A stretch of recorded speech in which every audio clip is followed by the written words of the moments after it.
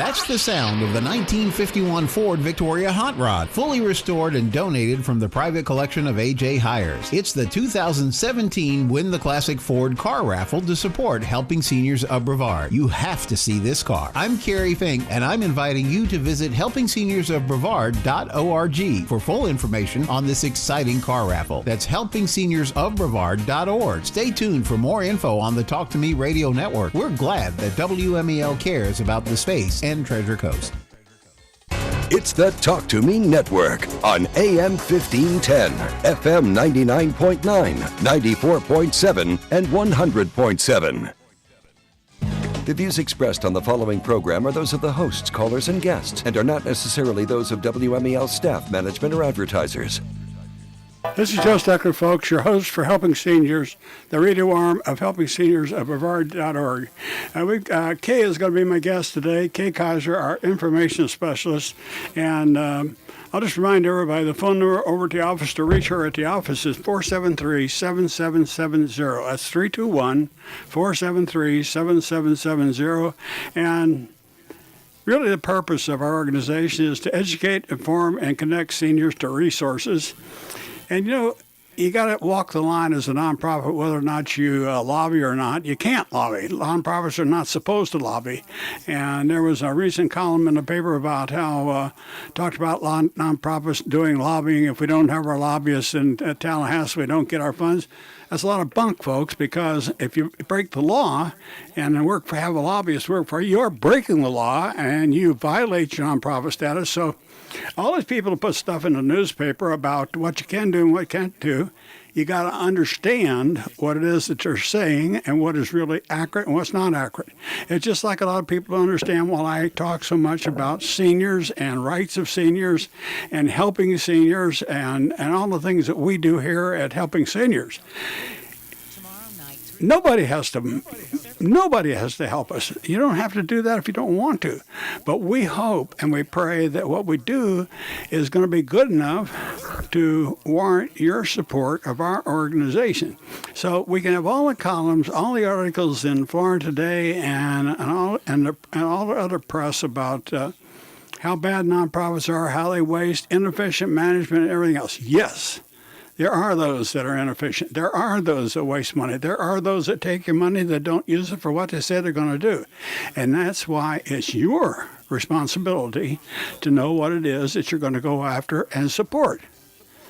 I give you my word that everything you help helping seniors with goes to help people.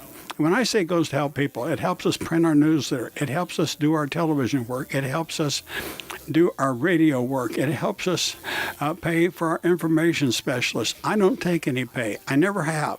But we have to pay the other people. They have to have a job, and so we have to develop the money to pay for them. But I assure you, they don't get the $200,000 or $500,000 you hear from other nonprofits. We're very frugal. We're very cost effective. We pay our people fairly, and we try to get information out to you that's needed. Well, that's a lot to say today, folks. But Kay and I are going to talk about a bunch of issues like that. And we are acquiring more sponsors. It's extremely important, folks, that those of you that listen to the show that have a friend that has a business, if you think that person might be interested in being a sponsor or a partner with us and helping promote this grassroots effort here in Brevard County to help seniors, tell them to call Kay at 473-7770, and we'll see what we can do to work out something and let them help be a sponsor with us, get information about them out to the public, and that's what we really want. If we build a good network to help seniors, then we are doing something good. Several months ago, we acquired Pet Crew Roofing as one of our sponsors. They are getting referrals. They are getting business. I like that for a couple reasons. One, they're an honest business. That's right. If they go and give you an estimate, they try to figure out how they can make the roof repair work for you. If you don't need a whole roof, they're not going to put a whole new roof on. They're going to fix what you need to have fixed. But if you need a new roof, they'll tell you that, and they'll tell you what the options are, ways to pay for it, and how it can work. And a lot of people don't understand that that's what a lot of our sponsors do. Like one of them is Barbara McIntyre from Home Equity Loan, and they can take a senior's home. You have equity, seniors. You have equity in your home. Use some of that equity to protect your home with a good, solid roof, or with shutters on it so you don't have storm damage. If you're like I am, I honestly cannot pick those great big Lexan clunks up and put them on my windows anymore. I just can't do it. So I had to get something that was more effective for me in terms of utilization. Could I afford to let my body do what needed to be done? I couldn't pick the shutters up, so I had to get something else. I got a thing from Affordable Glass Protection. And when they're going to become a sponsor, when they saw what I did and they looked at our website, saw how we were helping seniors, they said they wanted to be a sponsor. So that's why I keep appealing to you, our listeners, to tell people that you know about us and how you can help us. We are getting so many darn sponsors. I'll keep mentioning some during the show today, but to see a complete list of our sponsors, you can call Kay at 473-7770 and ask to have our electronic newsletter sent to you. And that way, and right now we should be well over 950, because the last time I checked was 907, and we've gotten a bunch more people since then. But the electronic newsletter comes right in on your internet. If you have the computer, you can read it right there. If not, you got Senior Scene Magazine and other places, organizations throughout the county to get this. You can go to our website, see the same thing, you read the newsletter there. There are just so many ways you can see it, but you can see all of the sponsors that are in a newsletter. Yeah, Kay. Yeah, I wanted to add to what you were asking at the front end here, that, if people have had very good experiences with any type of contractor, specifically a contractor, because many senior women have told me on the phone that they've been taken advantage of. They live alone. Here comes a contractor. They're paying them up front.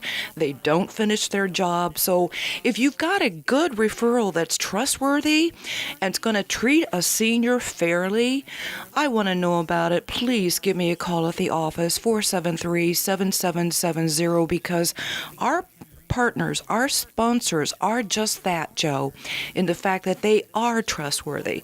They're not going to take advantage of a senior.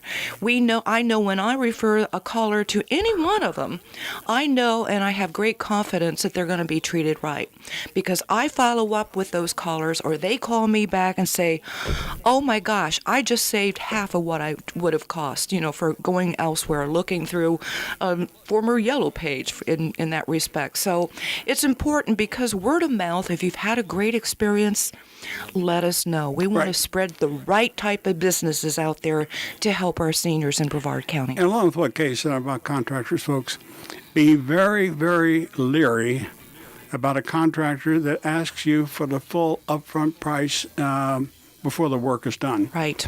I tell you, I just would not, unless I absolutely knew that person to be a good friend and knew that they needed the money in order to buy what they needed to do to fix whatever it is I want to fix. I might then consider giving them the money up front.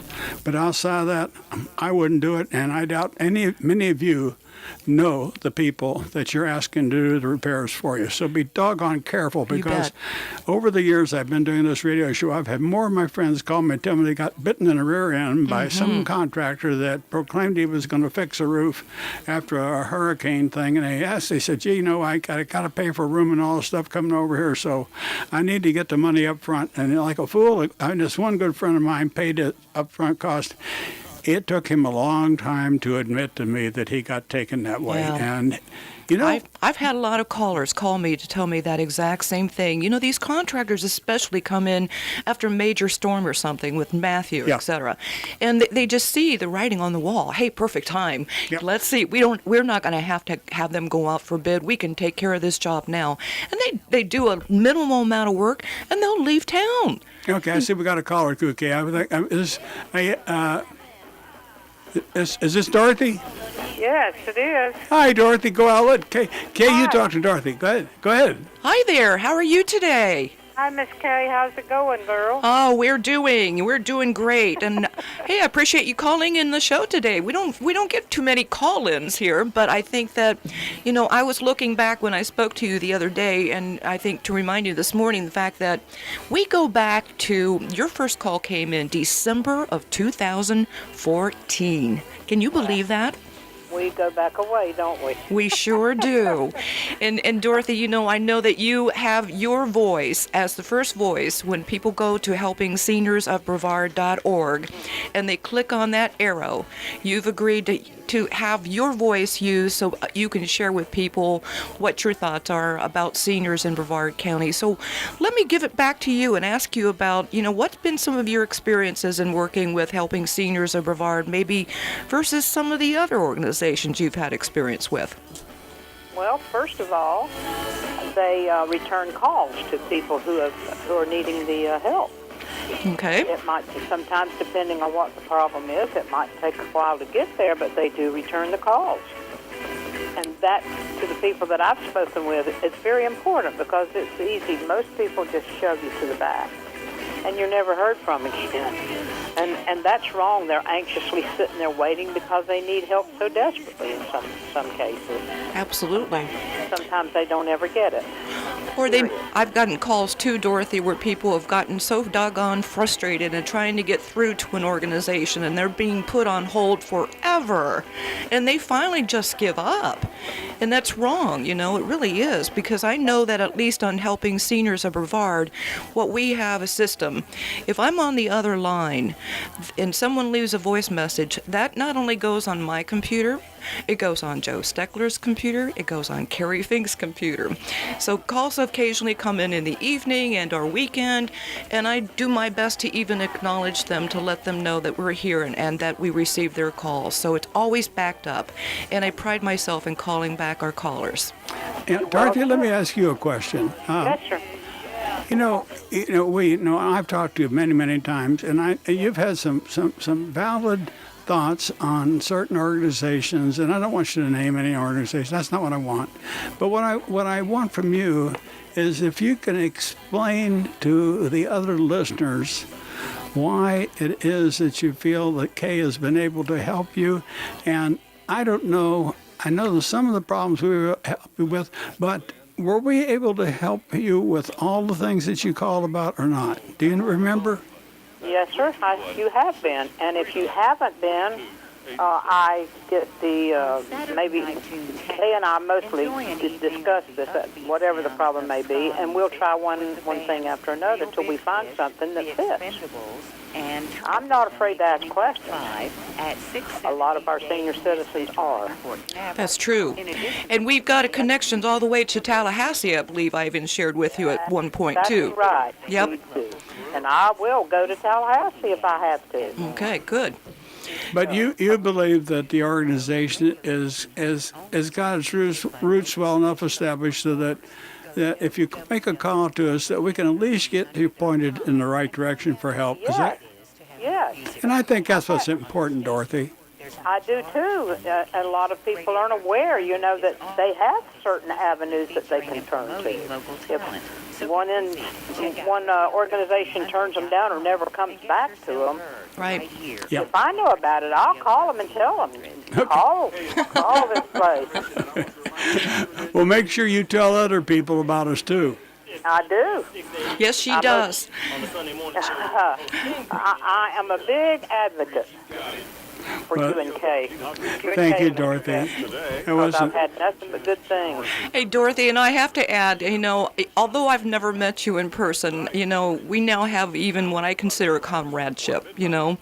And the fact that you don't hesitate to pick up that phone and just say, "Hi, Kay, how are you doing this week?" And if I don't hear from you, I'm going to call you and say, "Hi, Dorothy, how are you doing this week?" That's right. That's important. There are so many. Some seniors don't have it. They don't have anyone else. No, they don't. Their relatives are out of town, and some calls are, quite frankly, they're just lonely. They just want somebody to talk to. That's right. I get so many people saying, thank you for calling me back. I really appreciate that. I don't get that from other people. My family is so busy, they don't have time to call me all the time, but you take the time to follow up. And that, to me, is really so important. It separates us from, I feel, a lot of other nonprofit organizations. Don't you agree, Dorothy? I certainly do. Hey, yes. Look, Dorothy, listen, you make sure you tell other people about us so that people know. And I just want to thank you for calling in. It's always good to hear from somebody that we've tried to help and if it's been successful. But at the same conversely... I'll toot your horn long and loud, Mr. Joe. Okay. But if you hear something you don't like, you got to call us too. I do. Okay. I will. Thank you, Dorothy. You're very welcome to you and Kay. Have a good day. All right. You too, Bye-bye. Dorothy. Bye. Bye-bye. Folks, that was Lady Dorothy from one part of our county that's called Kay years. Like Kay said, it was in 2014.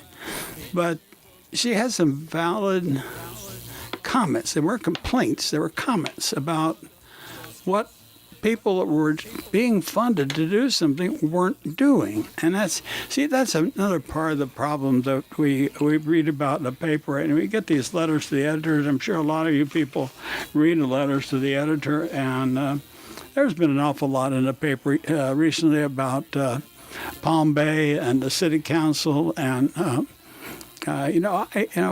this organization, Helping Seniors, was involved in a lot of that because we submitted a grant application several years ago and were awarded a little over $14,000 to provide services to seniors. We did the service, and we tried to get the money. We couldn't get the money. We never did get the money. And I talked to the city manager. I talked to the mayor. I talked to the council members. Never got darn money. And the reason we didn't get it is because there's some federal rules that say that we got to have a signed piece of paper. That you have to look at these people and say, well, how much money did you have in the bank? How much is this? How much is that? How old are you? Where do you live? We had all that information. We had it all. They taught it to us over telephone. Yep. And we had it all itemized. I still couldn't get them to pay us the money. And then the guy Mr. Pelham, tried to figure out a way to make it work. He really couldn't. He tried. He got let go. And then another guy comes in, Stuart Buchanan. You heard about him in the paper. Stuart, he calls us for a meeting, and we have a meeting with him. And he says, this is what I want you to do. And right after he told us what he wanted to do, try to get our money, he was gone. So I called the mayor, and they said, well, Joe, we just can't do anything about it. I said, why don't you just take the money out of the county out of Palm Bay and pay the money you owe us? And he said, we can't do that. And then here's a letter to the editor, folks. It was in the Florida Day on the opinion page. And it said, vet official comes from Mr. Overton down there. He's a vet funded through Palm Bay. Well, we got a beautiful veterans office out at the county. They got 3 or 4 or 5 people that work in that office. Why in the world do we need separate veterans offices in our little communities in Brevard County when we got a great big group out there and Vieira's getting paid county money to do the job? Then why do we have to take money out of the local taxes and pay more people? And then for a letter writer to say, well, Mr. Commissioner Usnardi doesn't. She could have, instead of funding those staff positions in her office, she could have just left some of those positions unfilled and funded road repairs. Folks, can you imagine yourself as a county commissioner without a staff? How in the world do you think you would ever get anything done if you didn't have a staff to do the work for you? Let me tell you. They get 3 staff positions. They get an assistant, they get a telephone person, and they get somebody else. With all the stuff that you've seen in the paper about what the commissioners deal with one of the reasons that we have had the problems we've had in Brevard County is that there is not enough research done in order to determine what the root cause of the problem is. And as long as we continue to operate that way, we're going to have people saying, oh, take away the nonprofit money and you can get the roads fixed. Well, you tell me, when you have $159 million plus worth of road repairs, how $504,000 of county-based operation money is going to solve any problem. A much better way would be to do what I suggested. One of them was to take out of the 2,300 staff positions in the county, they estimate 150 of them are unfilled, and they've been unfilled. Why not just cut those positions since they're not being filled and take the money to be put in there and let that go toward road repairs? My question to you, along with the same line with this, is what have they been doing with the money for those positions for the last 2, 3, 4, or 5 years that they haven't funded them? Where did that money go? Good question. They need people to research that and find out. And until if the commissioners are completely dependent on, county people input, you're not going to get the answers you need. You're going to have to do research. You have to put papers together. You have to convince the other commissioners that you can do this and you can't do that. But there's so much misinformation, and until everybody learns to speak out about it, then we're not going to have the problem solved. And I want to add to that, too. We talked briefly before we went on the air today about accountability, even with other nonprofit. Where's the money going? When people donate perhaps to a major organization, if they don't dedicate on that check, it going to XYZ, then how do they know for sure where the money's going? Well, if you read an article like that's going to come out in Hometown News next week, you'll find out, folks, because there's a lot of all I tell all in there, and it talks about some organizations' overhead costs. I don't blame the organizations, but there are some that got, if you look at their 990s, and I'm not talking about my personal records or anything like that. I'm talking about what's published on the internet for anybody to look at. You That's can see public domain. Yeah, That's public right. domain. Yep. You can see whether their overhead costs are 30 to 50 to 55 to 60%. And like Kay says, like you say, Kay, if the money's not going where you want it to go, then you're paying somebody's salary, and That's right. you have to do some of that.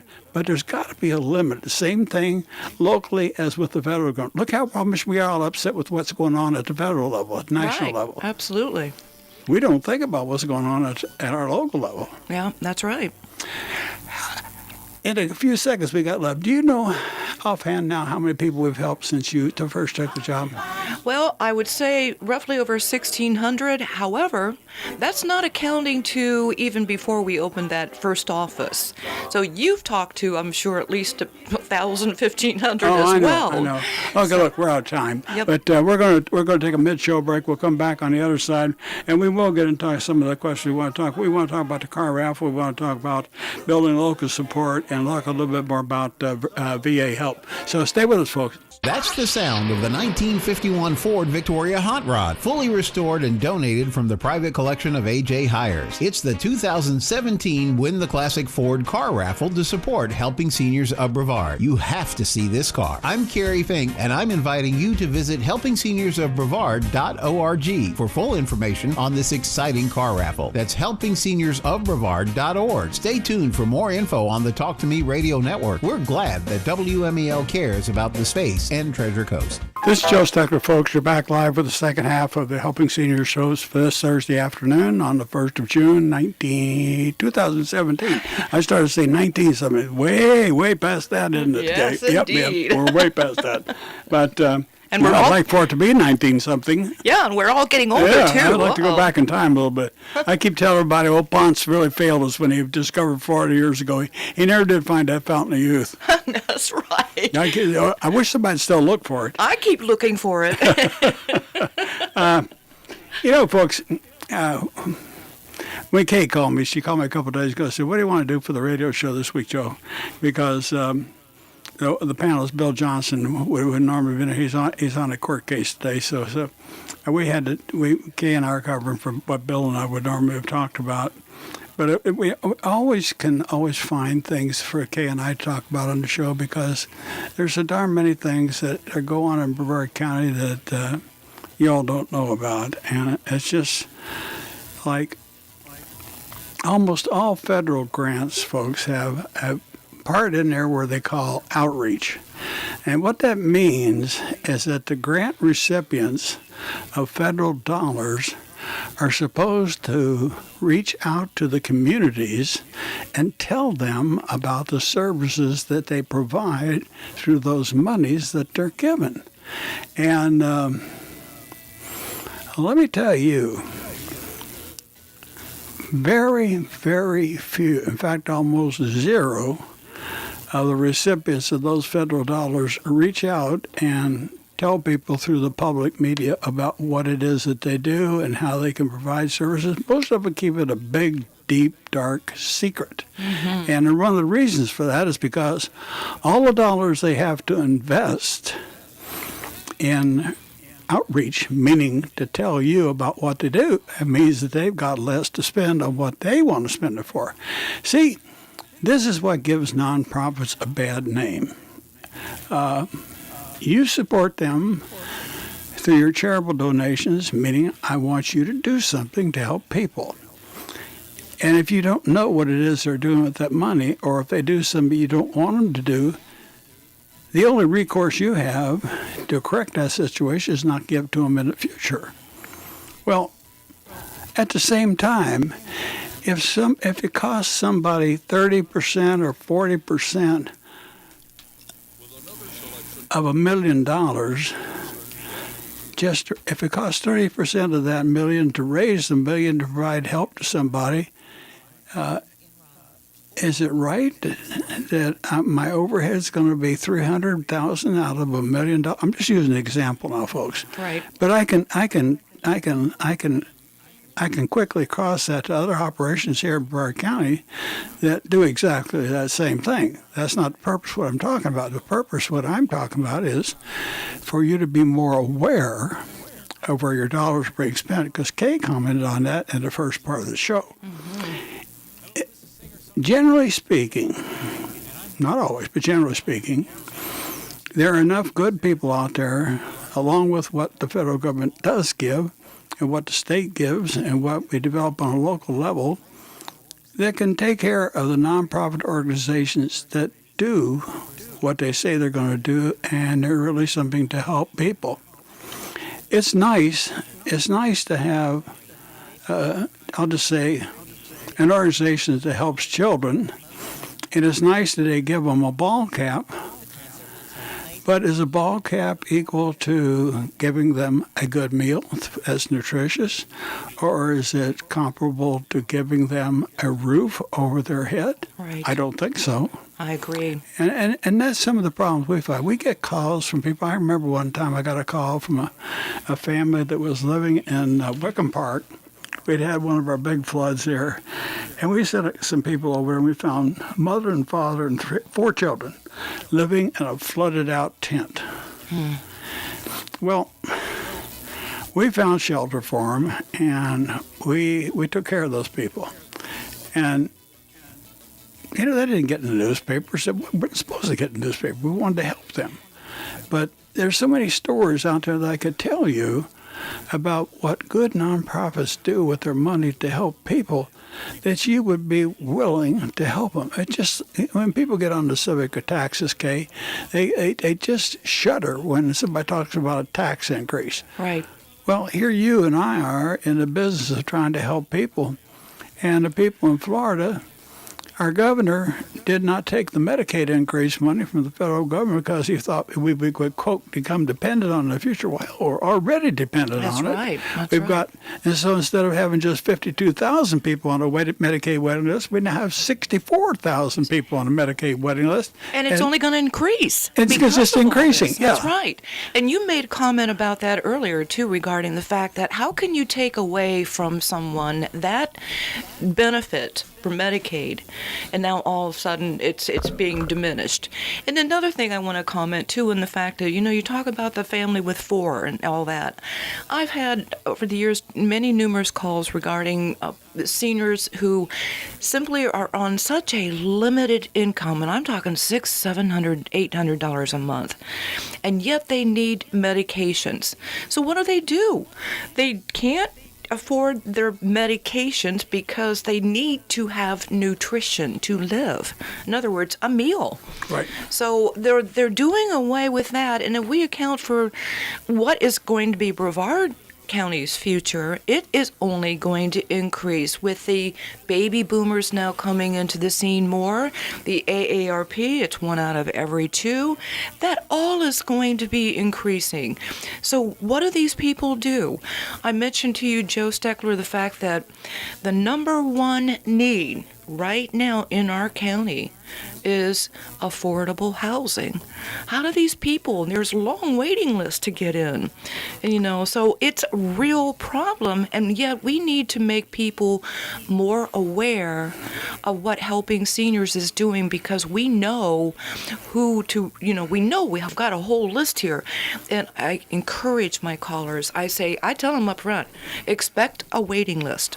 But go ahead and put your application in, for goodness sakes. Yeah. Well, okay, it stands to reason if you've got 6 resources that can be harnessed to solve a single problem, it's much better to have those 6 resources working at it than there's just one. Right. We get a call for help. We may not be able to answer that person, but there's a pretty good chance that we can make a phone call to some other organizations that might know something that we don't know. And Sure. if they don't know, there's somebody they know. Right. Networking is so important in solving the problems of seniors. But let's go back to another basic thing. On the radio show and on the TV shows and in the columns in the paper and everything else, we've talked about home equity loans and Right. reverse mortgages and everything else. And folks, please, before you ever even contemplate doing something like that, get a hold of somebody you can trust to get you pointed in the right direction, because Absolutely. that home equity loan business is one of the where you can get taken to the cleaners so quick. But think about this for a moment. Seniors living on fixed incomes, as we get older, we're in our 80s and get in our lower 90s, we want to save that money for our children. That's what we think. Well, hell, those children are in their 60s and 70s too, and they're thinking about saving their money for their children. Right. Try thinking about yourself and protect yourself from pneumonia, protect yourself from getting sick because you got a leaky roof or you got something that doesn't work right. If you don't have an air conditioner that's not working and you're living in humidity, when you're older, this is not good for you. That's not healthy. I had a call just yesterday from a woman that called. She said that she had a leak in her wall. And you know what that means? If you've got a leak in your wall, chances are you're getting mold coming into your home. So I actually said, okay, did you turn the water off? And she said yes. Then she went to her master bath, and the toilet was not filling up with water. And I said, well, it sounds like you need a plumber. I asked her, are you on a limited income? And she says, yes, I am. But I realize that I'm going to have to pay. Well, I'm working on a new, hopefully, sponsor for helping seniors, a plumber, who actually came and did some service for me a few months ago after Hurricane Matthew. And I did some different calling around and quoting and everything. His cost was half.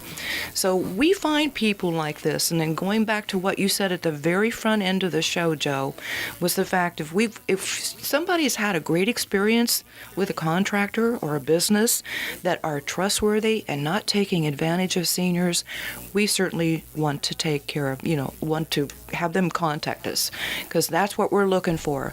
We have too many stories of seniors who've been taken advantage of. Yeah.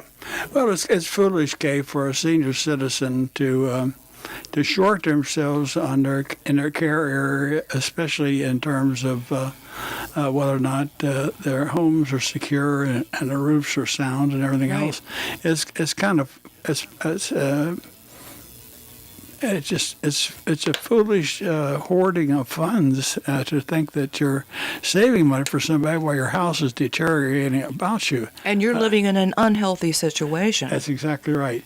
So these are some of the things, folks, that we get callers that call us like this. And since we're not a family member, we can take a more altruistic approach to it and say, hey, well, did you ever stop and think that you might not be doing the best thing you could do? Right, exactly. And, it's easier for us to say to a mom or a dad that maybe there's a better way to handle the situation than the way you're doing it. Right. And these are some of the reasons why we do the show, folks. Okay, before we run out of time today, I want to. Okay. I think we can both talk about this one. Okay.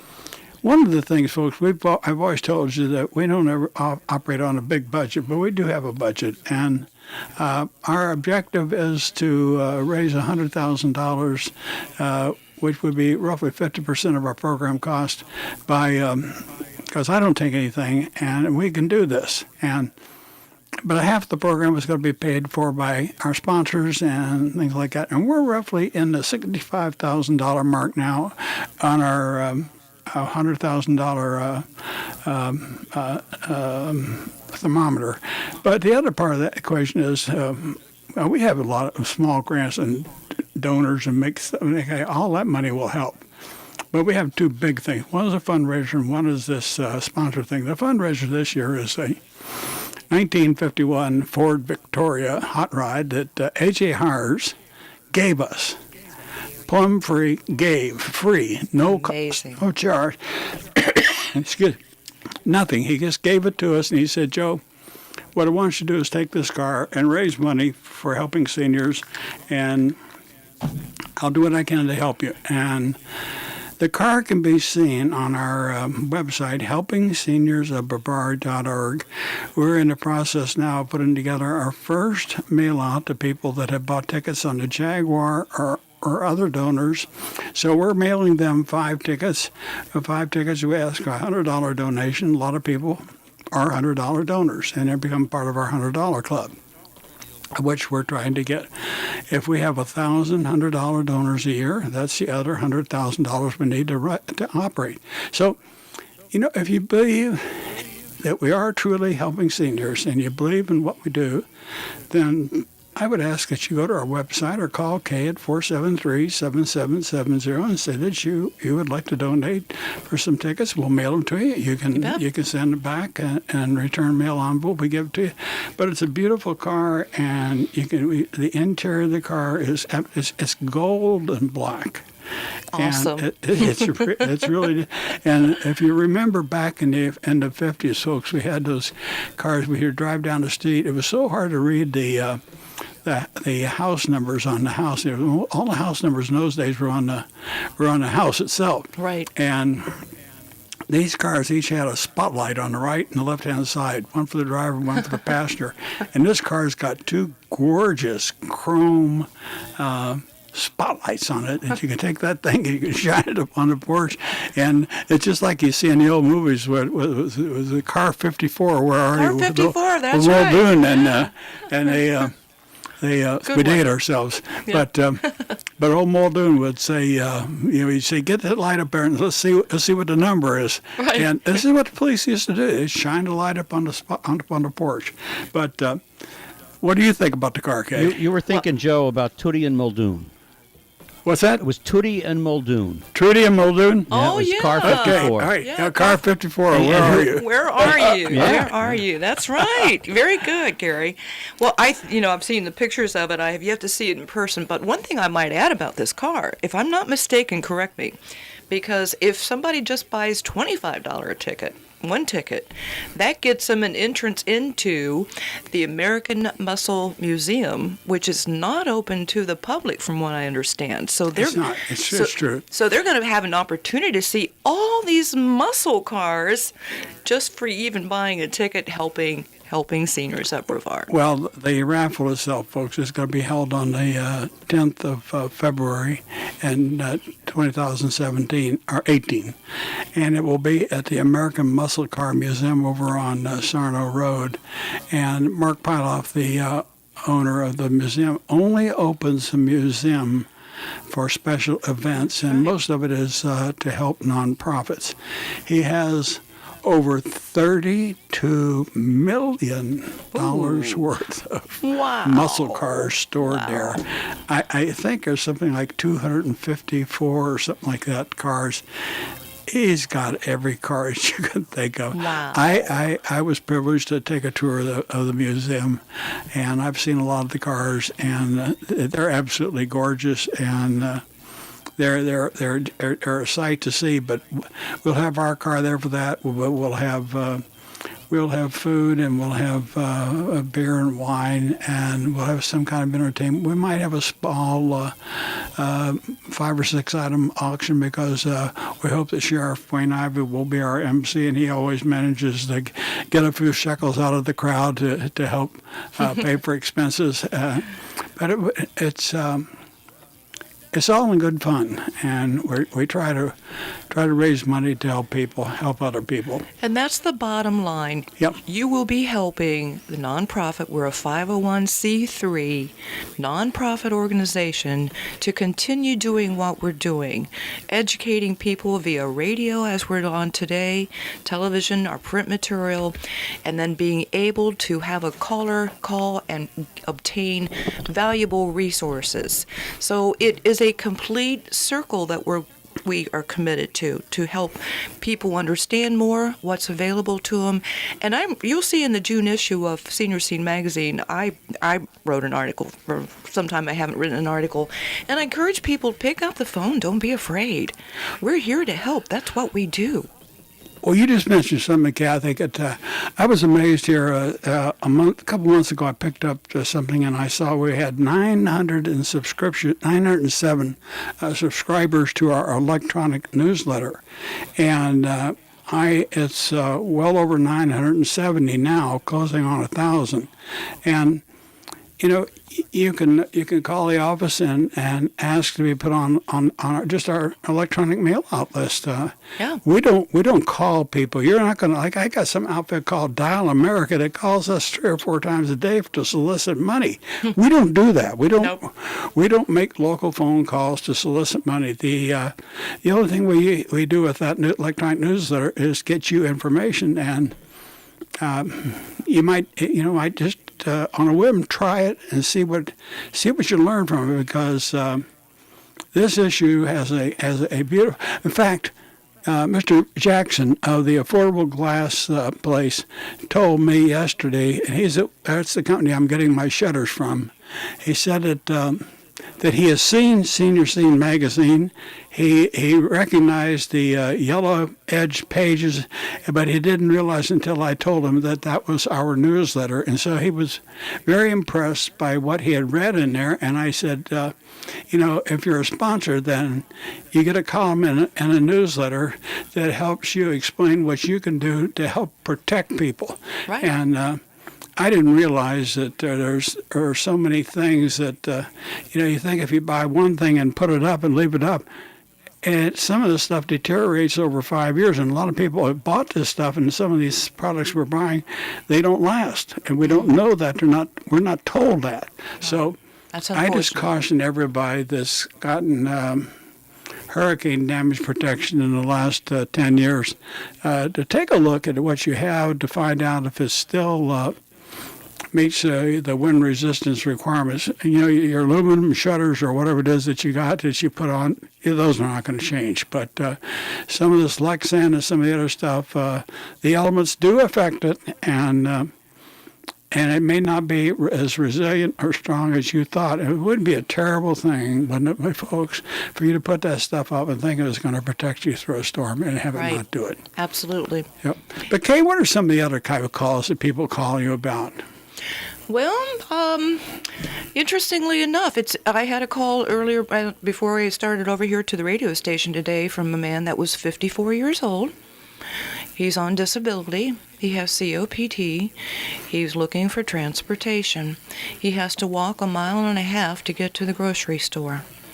So, I gave him the resources. He says, I'm already registered with them.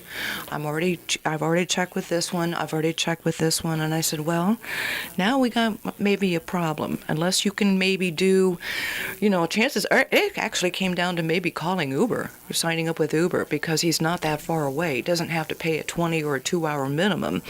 But, certain agencies are not fulfilling parts of the southern Brevard County with the volunteers now. I'm hearing this across the board, too. They're in a deficit of getting volunteer drivers. So I'm getting that coming back quite often. Well, wait a minute.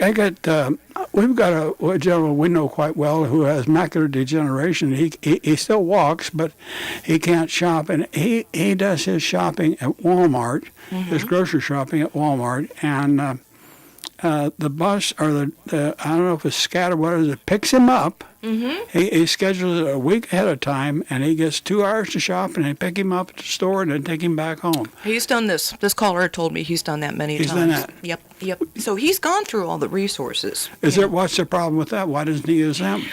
Well, he claims that, because you'd have like a month ahead of time to really make an arrangement, and sometimes you may not have that amount of time. Okay, yeah. So it's a matter, many callers that I get to, Joe, it comes down to, I hate to say it, but a crisis situation.